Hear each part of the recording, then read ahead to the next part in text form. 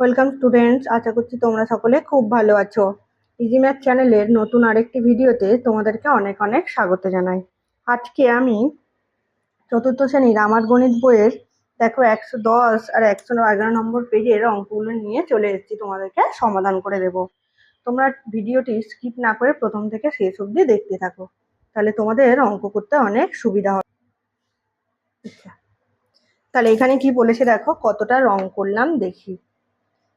আমরা তো আগে অংশ শিখেছি, লব হর শিখেছি, রং করেছি, যেরকম দেওয়া ছিল অঙ্কের মধ্যে সেগুলো আমরা সমাধান করেছি। তাহলে এখানে আরেকটা নতুন জিনিস শিখবো। কি বলছে, কতটা রং করলাম দেখি। আজ আমি, নিশা, তুষার ও সোফিয়া ঠিক করেছি বিভিন্ন আকারের নানা অংশে নানান রং দিয়ে খাতায় আটকাবো। একটি আয়তক্ষেত্রাকার কাগজ নিলাম, এই কাগজকে সমান 4টে ভাগে ভাগ করলাম। তাহলে আয়তক্ষেত্রাকার কাগজকে সমান 4 ভাগে এইভাবে ভাগ করেছি। প্রথমে আমি একটি ভাঁজে নীল রং করলাম। দেখো এই প্রথম ভাঁজটা নীল রং করেছে। তাহলে নীল রং কত অংশ? 4 ভাগের 1 ভাগ, তাহলে 1/4 অংশের নীল রং করেছে। তারপরে নিশা কত করেছে দেখো, দুটি ভাঁজে কমলা রং করলো। এই দেখো বাকি দুটো ভাঁজে কমলা রং করেছে। তাহলে কমলা রং কত দেখো, তাহলে 2/4 অংশ না, 4 ভাগের 2 ভাগে কমলা রং করেছে। এবারে তাই আমার করা রং আর নিশার করা রং, তাহলে দেখো নীল রং আর কমলা রং মিলিয়ে মোট কত অংশ দেখো। তাহলে নীল রং যোগ কমলা রং, তাহলে নীল রং হচ্ছে 1/4 অংশ আর কমলা রং 2/4 অংশ। দেখো এটা নীল রং, তাহলে টোটাল রং করা অংশ কত দেখো, দুটো কালার হলেও রং করা অংশ কত, 3/4 অংশ না। তাহলে পেলাম কি, 1/4 অংশ যোগ 2/4 সমান 3/4, তাই তো। এবার দেখো কি বলছে, তাহলে এইভাবে আমরা কি করতে পারি, যোগটাকে, যে নিচে 4 আর 4 সমান হলো, তাহলে 1 আর 2 যোগ করে 3 পেলাম, হলো। এবারে দেখো তুষার গোলাকার কাগজ নিয়ে ওই কাগজকে সমান 8টি ভাঁজ করলো। তাহলে গোলাকার কাগজ নিয়ে সমান 8টা ভাঁজ, 1টা 2টো 3টে 4টে 5টা 6টা 7টা 8টা। তাহলে ওই কাগজে 3টে ভাঁজে সবুজ রং করেছে, এইভাবে সবুজ রং করেছে। তাহলে সবুজ রং কত, 3-এর 8 অংশ না, 8 ভাগের 3 ভাগে। এবারে সোফিয়া দুটি ভাঁজে লাল রং দিল, এইভাবে লাল রং দিয়েছে, তাহলে কত, 2-এর 8 অংশ। মোট রঙিন অংশ দেখো 1 2 3 4 5, এই দেখো 5-এর 8 অংশ না। তাহলে সবুজ রঙের অংশ আর লাল রঙের অংশ মিলিয়ে মোট কত অংশ হয়েছে, 3-এর 8 যোগ 2-এর 8, তাহলে 5-এর 8 অংশ। তাহলে পেলাম কি, 3-এর 8 যোগ 2-এর 8, তাহলে 3 যোগ 2 5, 5 আর নিচে 8 বসে গেল। তাহলে হর যদি সমান থাকে তাহলে সেই হরটা বসে গেল আর উপরের লবগুলো যোগ হয়ে গেল, তাই তো। দেখো বুঝতে পারলে। তাহলে এবার চলো পরের পৃষ্ঠাতে যাই। এবার দেখো এখানে কি বলছে, মজার খেলা। আজ আমি একটি গোলাকার পিচবোর্ডের চাকতি নিলাম, চাকতিটি সমান 4 ভাগ করলাম, প্রতিটি ভাগে আলাদা আলাদা রং করলাম। এরকম গোলাকার চাকতি নিয়েছে। লাল রং কত করেছে দেখো, 4 ভাগের 1 ভাগ, তারপরে 1/4 অংশে লাল রং করেছে, নীল রং করেছে 1/4 অংশে, হলুদ রং করেছে 1/4 অংশে, আর সবুজ রং করেছে 1/4 অংশে। তাহলে 4টি সমান টুকরো দেখো, এই 1টা 2টো 3টে 4টে এরকম পেয়েছে না। তাহলে এবার যদি সবগুলো টুকরো জুড়ে দিই কি পাই দেখো, আলাদা আলাদা টুকরোকে এইভাবে জুড়ে দিচ্ছে। তাহলে মোট রঙিন অংশ পেলাম সমান 4টি ভাগের 4 ভাগ, তাই তো। এই 4টি ভাগের 4 ভাগ, তাহলে 4-এর 4 বলতে পারি না, মোট রঙিন অংশ 4-এর 4। তাহলে এই 4-এর 4 অংশকে কি বলবো, তাহলে এই অংশকে এক অংশ বা সম্পূর্ণ বলা হয়, বুঝতে পারলে। তাহলে এক অংশ আমরা বলি না, মোট টোটাল এক অংশ। তাহলে এই এক অংশকে আমরা কি বলতে পারি, 4-এর 4 অংশ বলবো। তাহলে এই অংশকে এক অংশ বা সম্পূর্ণ বলা হয়। তাহলে তাই টুকরোগুলি জড়ো করে এক অংশ বা সম্পূর্ণ চাকতি পেলাম। তাহলে পেলাম চাকতির লাল রঙের অংশ যোগ নীল রঙের অংশ যোগ হলুদ রঙের অংশ যোগ সবুজ রঙের অংশ। তাহলে 1-এর 4 অংশ যোগ 1-এর 4 অংশ যোগ 1-এর 4 অংশ যোগ 1-এর 4 অংশ। তাহলে এই দেখো হরটাকে সমান রেখে লবগুলো যোগ করেছি, তাই তো আগেই বললাম। তাহলে 1 যোগ 1 যোগ 1 যোগ 1 পেয়েছে, তাহলে কত হবে, এটা 4-এর 4 অংশ, বা আমরা কি বলতে পারি, এক অংশ বা সম্পূর্ণ অংশ। বোঝা গেল। আমরা কাকে সম্পূর্ণ অংশ বলবো আর কিভাবে লিখবো। তাহলে চলো নেক্সট পেজে যাই। দেখো এই পেজে কি বলছে, ছবি দেখি আর নিজে করি। তাহলে এই ছবিগুলো দেখতে হবে আর এই ফাঁকা জায়গাগুলো পূরণ করতে হবে। তাহলে দেখো এই যে গোলাকার ছবিতে, এইরকম ছবিতে এই অংশটা কত অংশ আছে, তাহলে টোটাল কটা ভাগে ভাগ করেছে, 4 ভাগে না, 1 2 3 4। তাহলে এটা কি আছে, এক অংশে আছে। তাহলে ছবিতে 1/4 অংশ এরকম ছবি আছে, আর এইরকম অংশ কত আছে, 2 ভাগে না, তাহলে এই অংশ আছে 2/4। তাহলে এবার কি মোট নকশা কত অংশ আছে দেখো তো, 1 2 3 না, তাহলে কত লিখবো, 3/4 অংশের নকশা আছে। তাহলে এই 3/4 অংশকে আমি কিভাবে লিখতে পারি, দেখো 1/4 যোগ 2/4, তাহলে 4 কি হরের একই রয়ে গেছে, 4 লিখবো। তাহলে উপরে কত কত যোগ করব, 1 আর 2 যোগ করব। তাহলে 1 আর 2 যোগ করলে কত পাবো, 3 পাবো। তাহলে 3/4 অংশ পেলাম। তাহলে 1/4 যোগ 2/4 করলে আমরা পাবো 3/4। তারপরে দেখো এই ছবিটা, তাহলে কত অংশ আছে, 1 2 3 4 5টা ভাগে ভাগ করা আছে। তাহলে এরকম নকশা কত অংশে আছে, 1 অংশে না, তাহলে এটা কত হবে, 1/5 অংশ। আর এরকম নকশা 1 2 3, তাহলে 3/5 অংশ। তার টোটাল দেখো নকশা 1 2 3 4তে আসে না, তাহলে 4/5 অংশে আমি নকশা পেয়েছি। তাহলে 4/5টা আমি এইভাবে আসছি কিনা দেখি।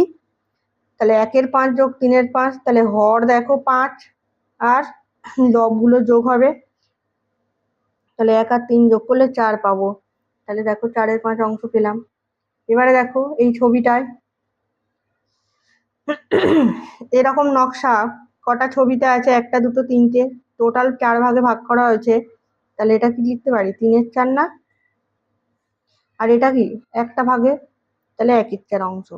তাহলে মোট দেখো কত অংশে নকশা আছে, সবটাই অংশ আছে, নকশা আছে না, 4 ভাগের 4 ভাগেই নকশা আছে। তাহলে 3/4 যোগ 1/4 অংশ, তাহলে কত, এটা 4/4 অংশ বা 1 অংশ আমরা শিখলাম না। তাহলে সম্পূর্ণ অংশেই নকশা আছে। তাহলে সম্পূর্ণ বোঝাতে আমরা কত লিখছি, না 4/4 লিখছি। বুঝতে পারলে? তাহলে চলো পরের পৃষ্ঠায়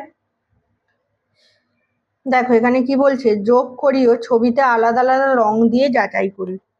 এখানে প্রথমে যোগ করতে বলছে, তাহলে যোগ করো 1/4 আর 2/4, তাহলে হরে কত হবে, 4 হবে, আর উপরে 1 যোগ 2 3, তাহলে 3/4 পেলে। দেখো 1/4 মানে কি, টোটাল 4 ভাগের 1 ভাগে রং দিয়েছে আর 2 ভাগে রং দিয়েছে। দেখো তো 3 ভাগে রং দেওয়া আছে, তাহলে এটা কি কত বলতে পারি, 3/4 বলতে পারি। দেখো সেই 3/4টাই পেলাম। তারপর বলেছে 2/3 যোগ 1/3, তাহলে 2/3 যোগ 1/3 যোগ করলে কত হবে, তাহলে হরে 3 হলো, আর উপরে লবে 2 যোগ 1 মানে 3, 3/3 মানে পুরো অংশটা। তাহলে একটা দেখো 2/3 অংশে আমি হলুদ রং দিচ্ছি,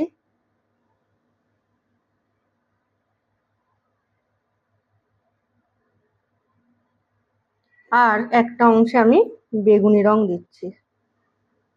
দেখো তো পুরো অংশটা রঙিন হয়ে গেছে। তাহলে কি 3/3 মানে সম্পূর্ণ অংশ। তারপরে বলেছে দেখো 3/6, 1/6 আর 1/6, তাহলে 6 হরে হবে, তাহলে 3 যোগ 1 4 যোগ 1 5, তাহলে 5/6 অংশ আমাকে রং করতে হবে। তাহলে 3 অংশটাই আমি সবুজ রং দিই,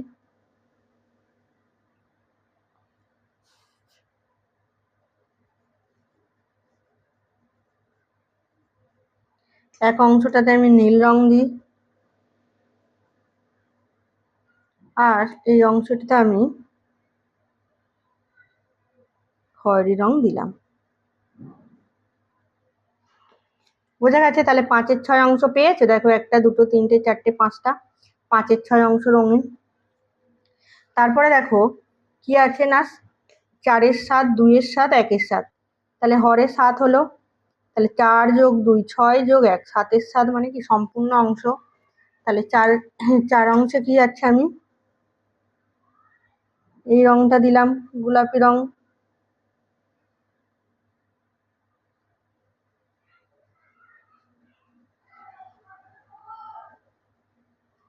তারপরে 2 অংশে এইটা দিলাম,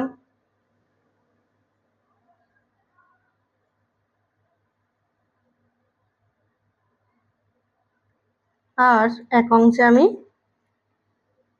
এই রংটা দিলাম। দেখো তো, তাহলে কত এক অংশ হয়েছে না, পুরোটাই রং দিয়েছি এক অংশে বা সম্পূর্ণ, অর্থাৎ সম্পূর্ণ ছবিটি রঙিন হলো। বুঝতে পারলে কিভাবে অঙ্কগুলো আমি সব সলভ করছি। তারপরে দেখো কি বলছে, ছবি ছাড়া যোগ করি। তাহলে এতক্ষণ আমরা ছবি দিয়ে দিয়ে যোগগুলো করছিলাম আর যাচাই করছিলাম। তাহলে ছবি ছাড়া যোগ করি, তাহলে যোগের নিয়মটা আমি আরেকবার মনে করে দিই। হরে যা আছে তাই বসবে, আর উপরের লবগুলো সব আমি যোগ করে করে লিখবো। তাহলে দেখো চলো শুরু করি।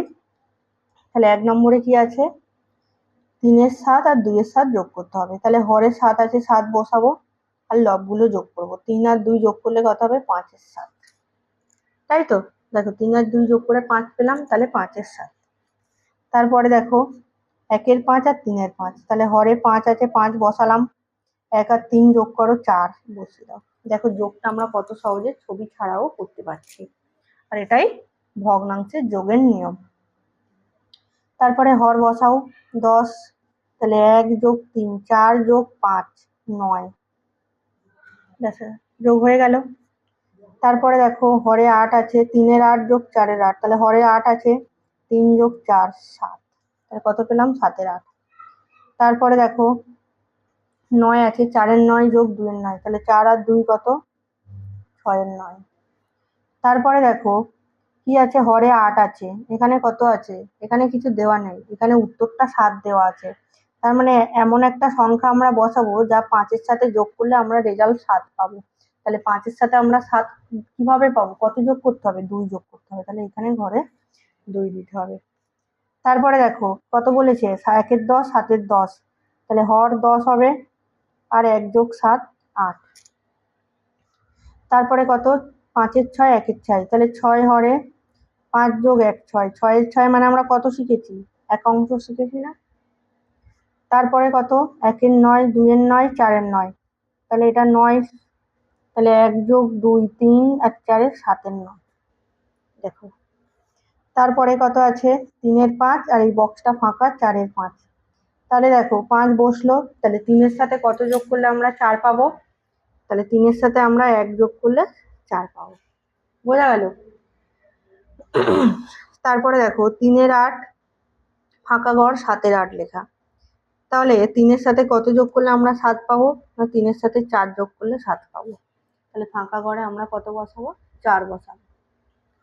তারপরে দেখো হরে কত আছে, 1-এর 7 2-এর 7 4-এর 7, তাহলে হর কত বসালাম 7, উপরের গুলো যোগ করো, 1 যোগ 2 3 যোগ 4 7, 7-এর 7 মানে এক অংশ। তাহলে এইভাবে আমরা কি আছে, ভগ্নাংশের যোগ শিখলাম। তাহলে এগুলোকে কি বলা হয় বলতো, যে ভগ্নাংশের সবগুলো দেখো হর বড় কিন্তু লবগুলো সব ছোট। তাহলে এই ভগ্নাংশকে আমরা কি বলবো, প্রকৃত ভগ্নাংশের যোগ। আর যোগফলগুলো হয় 1 হয়েছে না 1-এর কম হয়েছে, তাই তো। এই ধারণাটা আমরা এই চ্যাপ্টার গুলো পড়ে আজকে পেলাম। যদি আমার পড়ানো ভালো লেগে থাকে, ভিডিও ভালো লেগে থাকে, তাহলে অবশ্যই আমার চ্যানেলটিকে সাবস্ক্রাইব করে দেবে।